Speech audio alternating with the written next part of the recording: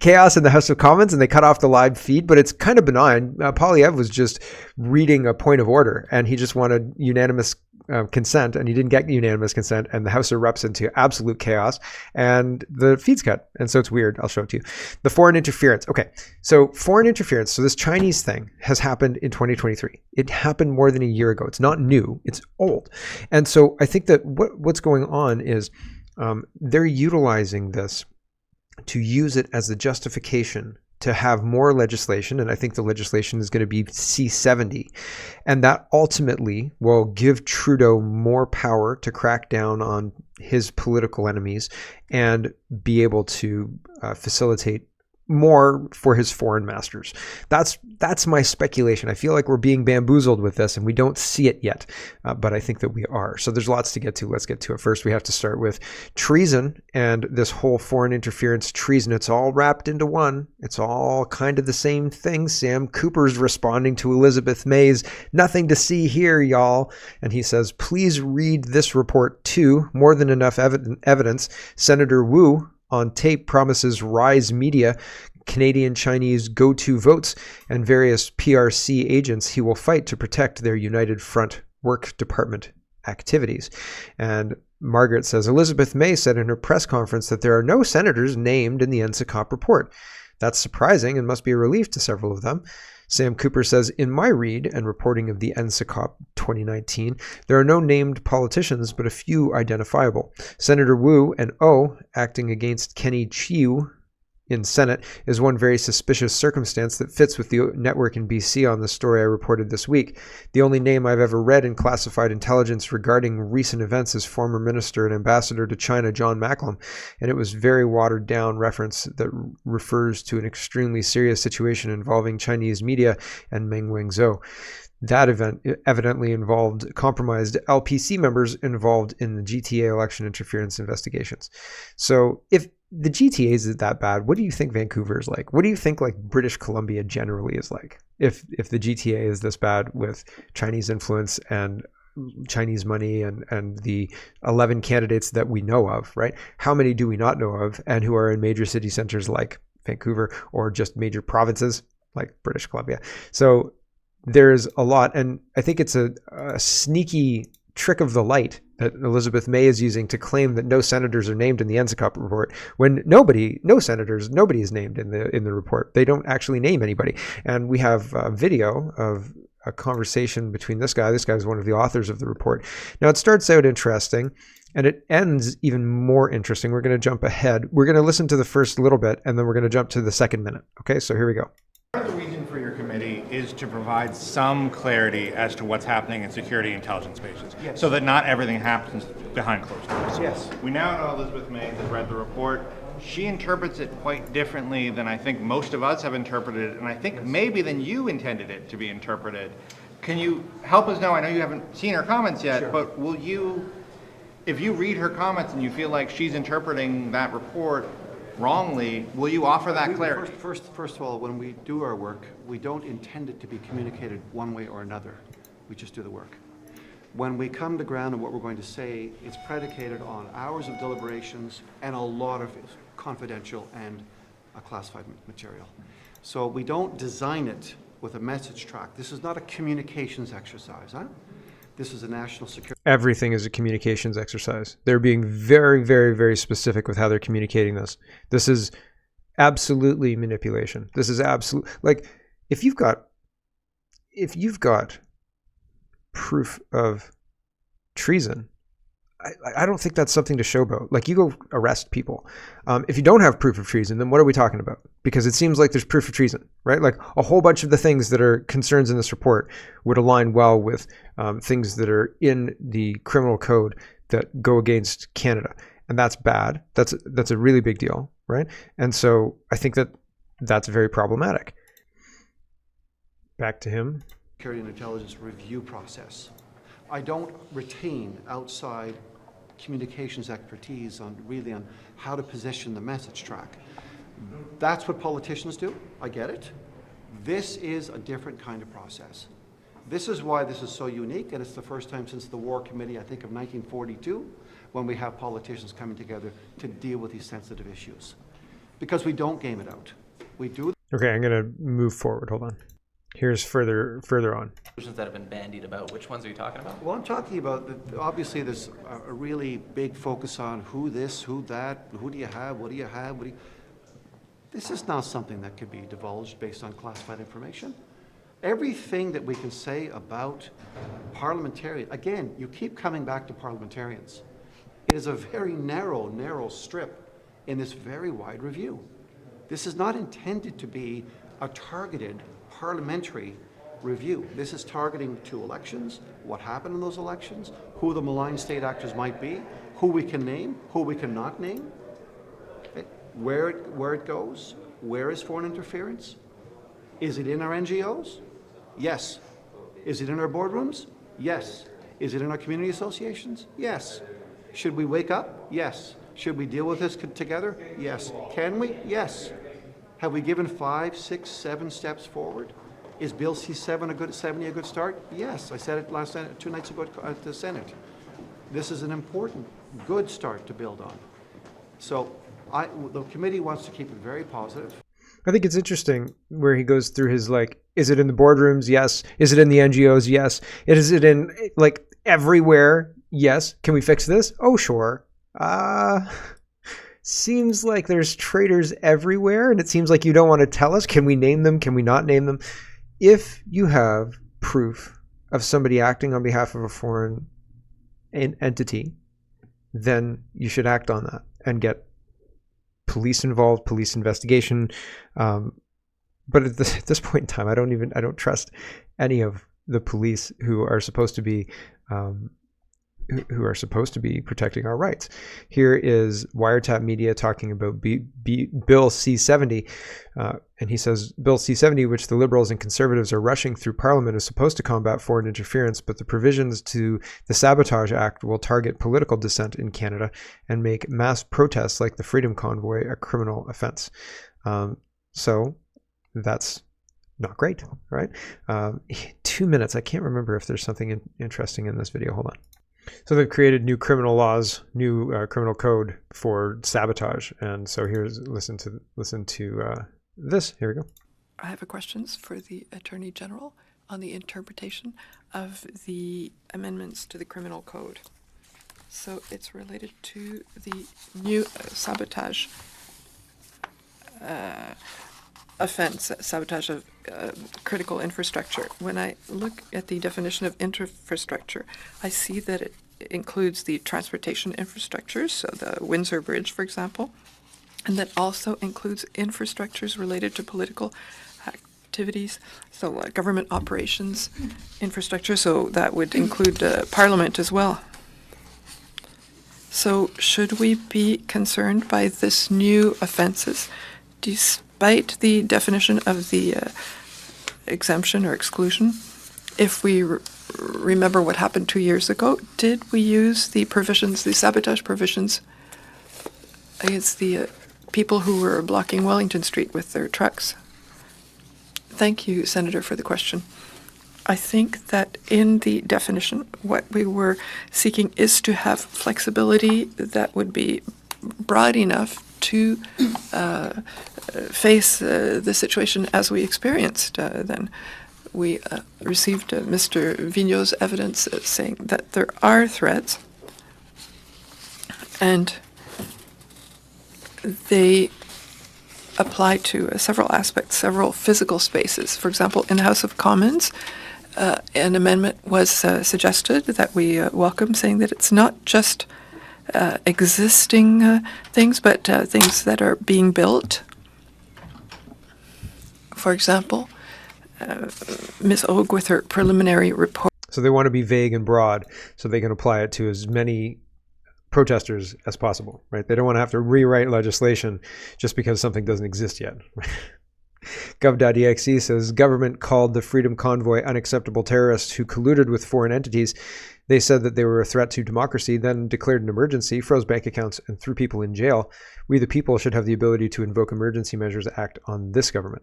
Yeah, I think that it's quite egregious that they're are reports of foreign interference, foreign money influencing our politics, people just completely compromised by foreign actors, foreign states, et cetera, et cetera. And they have the gall to accuse us of exactly what they're doing. And I mean, that's their MO. That's exactly what they do because they know somebody's guilty of that. So if you look, yeah, sure. Yes, it leads back to them, but they're protected. The media is not going to go after them. They know that, right? They go after the alt-right white supremacists or whatever they've been trained to go after because that's what's been happening over the last few years. Here is 2 headlines, which I thought both were interesting. Canadians love it when foreign people talk about us, and Sky News Australia is talking about us. Actually, there's 2 Australian segments that are talking about Canada. We'll listen to just a bit of the first one and all of the second one. The first one, skynews.au, says Justin Trudeau's getting away with his nasty dictatorial coup in Canada. And here we go. Worship to derision very quickly. Oh, I was listening to it prior to. It's okay. Well, you know what? We won't listen to it, but we'll listen to this one. This one's quite good. Sky News, different Sky News. They have a segment called Lefties Losing It. The king lefty himself, Trudeau, was featured on this one. I wish we had commentators like this in Canada. She calls him the Marxist Ken doll. Brilliant. She's funny, but I mean, it's okay. Here we go. It's time for Lefties Losing It, and good news from Canada, where the king of performative caring, the neo-Marxist Ken doll himself, Justin Trudeau, is floundering in the polls, and he's now lashing out at people rejecting far-left parties. We have seen around the world a rise of populist right-wing forces in just about every democracy that we've seen. And it is of concern to see political parties choosing to instrumentalize anger, fear, division, anxiety. So there you go. The swing to the right is all due to anger, fear, division and anxiety. Precisely what Trudeau pushed with his hard left policies for the past 9 years. Never forget, this is the monster who falsely branded Canadian truckers as extremists and white supremacists and then froze their bank accounts. Adios, Fidel Jr. Also, I love Bluey. Invasion. Let's talk about the invasion ongoing in Canada because, well, that's what we're dealing with here. Let's be honest. Alistair is responding to this Toronto Sun article, and the Toronto Sun article says Trudeau's out-of-control immigration policy is hitting Canada hard. And Alistair says, according to the latest job reports from StatsCan, we added 1.1 million people to the working age population of 15 years of age and older. We added 652,000 people to the labor force, but only 402,000 jobs, meaning we added 250,000 people to the unemployment line. That's expensive and not what it's made for. You understand? So we're being screwed to take care of foreigners for no good reason at all. This is, yesterday I showed you TTC in Toronto. This is Brampton and Go Bus. Okay, and very interesting. I counted, I think it was, 3 white people? This is Brampton. I don't think there are any white people in this video. These are people getting onto a Go Bus, and it's Brampton. Toronto, Brampton. Interesting video indeed, right? The music is really catchy. It's very, very catchy, so I don't want to play it. I was humming it after, and I don't want to do that to you, I promise. The link is in the description, but don't do it to yourself. Kirk says, if you think the price of rent in Canada is expensive now, just wait as it will get more expensive. The majority of mortgages are just starting to come up for renewal, and every single mortgage will renew at a higher rate, which means the amount of rent that they'll have to collect will go up as well. So far, we've seen the prices go up because of demand. Now we will be seeing the price go up because of finances and demand. The Bank of Canada rate cut won't do much, and mass immigration will keep adding to demand. And we are only building an additional 200 dwellings from the previous 12 months, 200,000 dwellings, I think, because the starts are down and we were at, 229 or was it 269?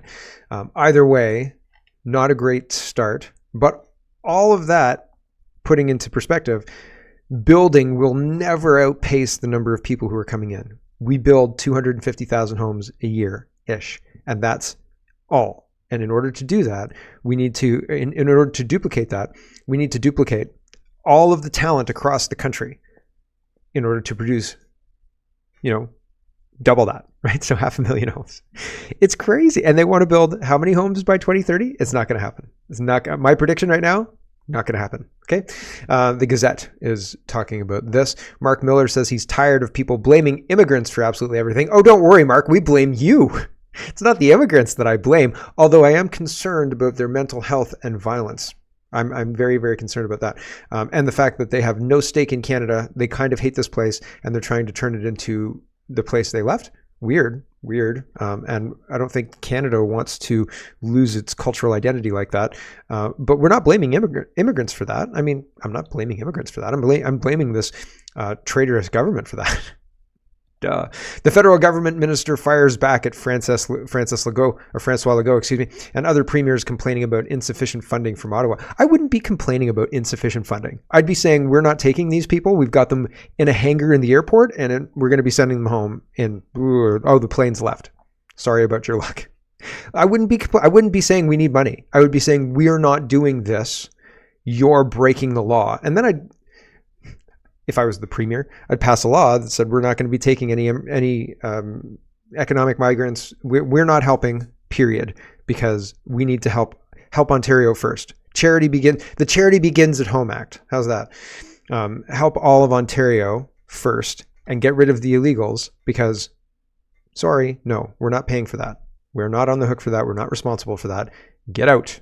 Bye-bye. Okay.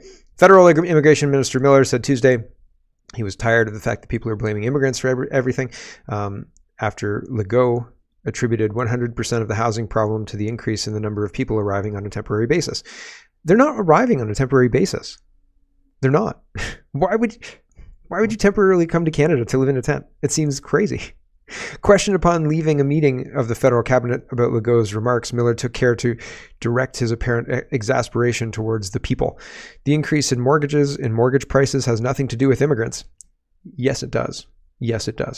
At the end of the meeting held Monday in the Quebec capital with his federal counterpart, Trudeau, Legault said he was disappointed despite certain progress.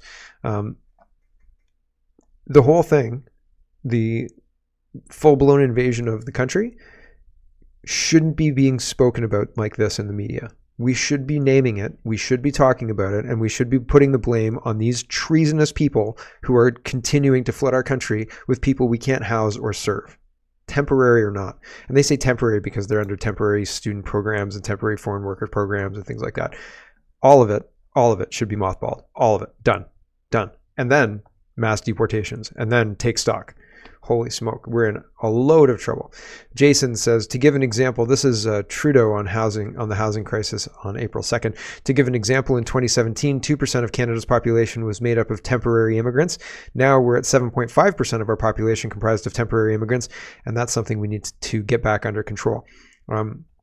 If Justin Trudeau's saying something like that, then it's really out of control.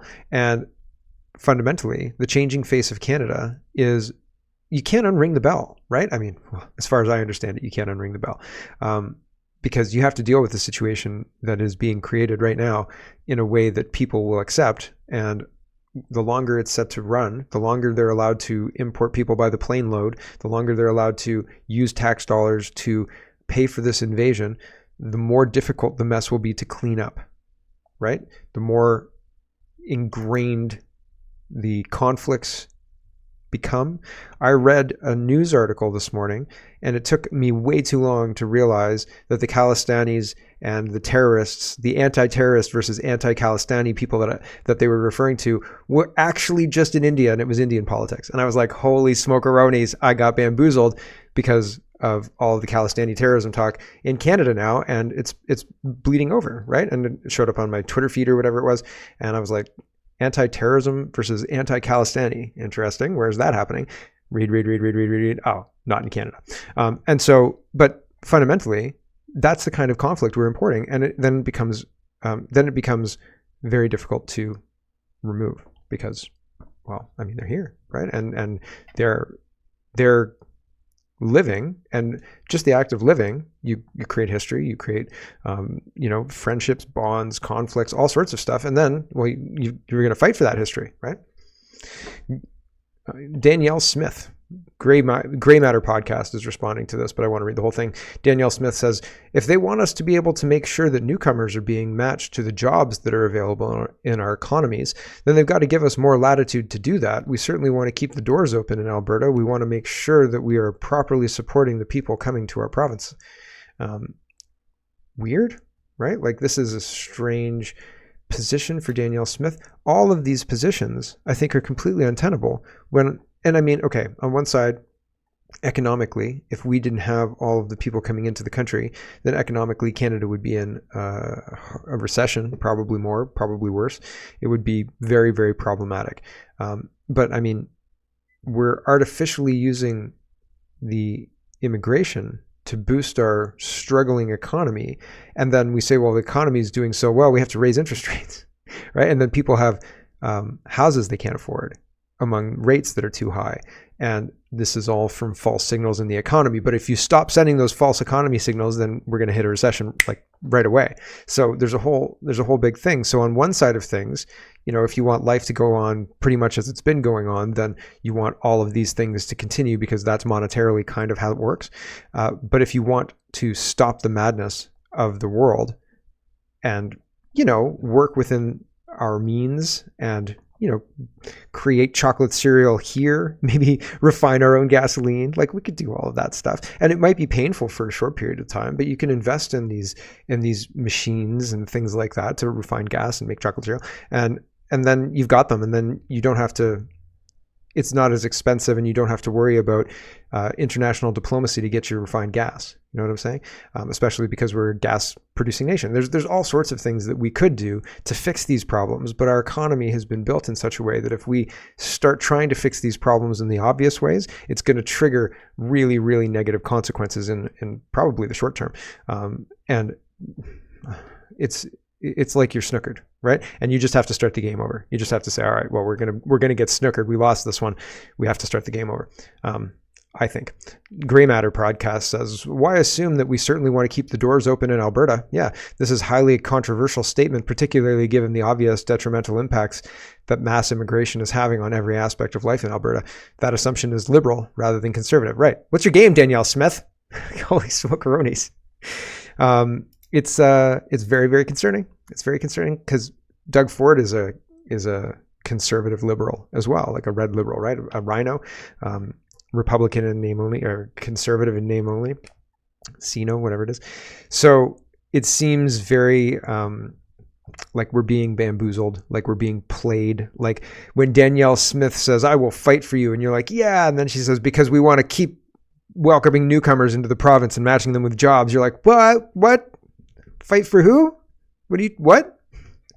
Right? And it bothers me. It bothers me because they're not fighting for the people who they should be fighting for. And then they'll say, hold on, that's, you know, we're being racist. And it's not racist to not want to be invaded. It's not racist to not want to be invaded.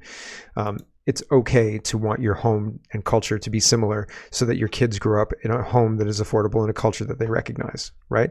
Like not with Khalistani terrorists running around fighting other people about India. Like honestly, this is Canada. And I'd like to talk about Canadian politics. 640 Toronto is reporting new condos being built in Toronto, especially in the suburbs, are excluding a certain group, visitors arriving by car, one councillor is arguing. So it's happening in Guelph too. They're getting rid of the parking minimum. So it used to be like if you were building a house as a developer, you needed to include in the plan for the house enough parking for the family, and that was 2 cars, usually 2-car driveway. And so the developers said, well, we can't. It's too expensive. It's, you know, finding all the land for these 2-car driveways and finding the land for the parking spaces required for the number of buildings or number of units in the building. We just can't do it. You know, we can put like 200 parking spots in the bottom. And then, you know, we've got 700 units, but we can't find the land for the, you know, 750 parking spots you'd need for the residents and the visitors. And so what happened? They're getting rid of the parking. So they're going to build a bunch of condos with no parking. You've got TTC. You don't need to leave the city. Welcome to your 15-minute neighborhood.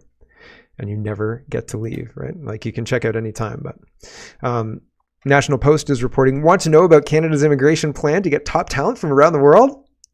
No, because this is what's happening. Darn it. I told you. This is what's happening, right? This is the same video I showed at the beginning of this, and it's really loud. It's really loud. Do you want to hear the music? No. We dodged that bullet the first time. Don't do it to yourself, I promise. Wall Street Silver says it looks like the Brits are becoming more vocal about the fake refugee problem. Protests are becoming a regular thing. It's probably too late, though. Neither of the major UK parties are serious about mass deportations. A lot of people think Nigel Farage is going to be their savior. They think Nigel Farage is going to be the guy. Do you think so? I don't know. There's a lot of people who want their country back in England. So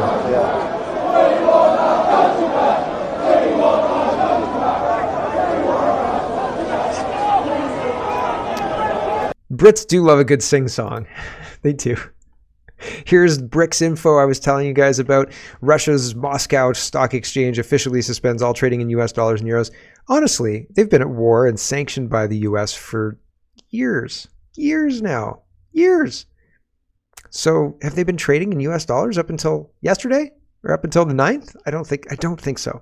I could be wrong. I really could be wrong, but it seems like odd news, and I don't think it's true. So pay attention, because if D-dollar does happen, you're not going to hear about it from me. You're going to hear about it from every Tom, Dick, and Harry. Everybody will be talking about it, right? Like if everybody starts dumping the US dollar and the US Treasury starts buying at a rate 2 or 3 times what they're buying at now, and what they're buying at now is higher. Like they're hitting $1 trillion every 9 months or every 6 months or something like that. So if they increase 2 or 3 times that level, people are going to talk about it. I promise you. You're not going to hear about it from me. I'll tell you about it, but other people will be like, holy smokeronis, this is happening and this is a big deal. And if that does happen, probably Bitcoin, also gold. But other than that, I mean, good luck. Hopefully you have land that you can flee to that has maybe an apple grove and a chocolate cereal plant. Holly Doan says cost of living has overtaken years of progress in lowering poverty rates, says a federal report. ESDC Canada, what is this? Employment and Social Development Canada, counted almost 500,000 Canadians who fell into poverty due to inflation. Oh, I used to be able to afford pasta and things to get by, and now I can't afford rent and food. Oh, nope. So yeah, it's expensive. It's expensive. It's getting more expensive. Colin says, let's talk about censorship and speech. Colin says the Online Harms Act defines hatred as the emotion that involves detestation or vilification, and that is stronger than dislike or disdain. Now imagine a bunch of judges, lawyers, and jurors trying to decide whether someone's speech or actions were motivated by an emotion that reached the level of detestation or vilification, or was stronger than dislike or disdain. Like sitting on the stand. Do you dislike this person? Yeah. Do you hate this person? I wouldn't go that far. Did you act in hate at the time? Nah. I'm kind of lukewarm. We have to prove hate, darn it. I'm imagining like a court scene where it's like Aaron Brockovich, and they have to prove that the company meant the harm that they had. Anyway, we have to get him to say it on the stand. Can we get a chart of emotions rank ordered by their degree of hatred, please? And what are the units of hatred on this chart? Is hatred an emotion merely twice as strong as disdain or dislike? 10 times as strong? If the emotion is only 1% stronger than disdain or dislike, is it hatred? Well, we certainly know it must be stronger, apparently. I think gender ideology is hateful towards women and sex non-conforming children and adults. Gender activity or activists disagree and think misgendering is hateful. The perception of hatred is subjective. Trying to define hate in law is a fool's errand. It's nothing but a massive virtue signal. I'm against bad things and for good things, and I'm not afraid to say it. No group thinks they're the ones doing evil or being hateful. You're never Darth Vader in your own story. You're never Darth Vader. You're Romeo. You're Juliet. You are the hero, right? You're Luke, okay? Except in the last trilogy. Nobody wants to be Luke in the last trilogy. Hello everyone, thanks very much for watching. This is just a short version of a longer show. If you'd like to get the whole show, you can go over to CanadaPoly.com and sign up for a subscription. Just look in the drop-down tab for Shop and Donate and look for subscriptions, and you'll get immediate access to the full show. Love to see you. Thanks for watching, everybody. Have a wonderful, wonderful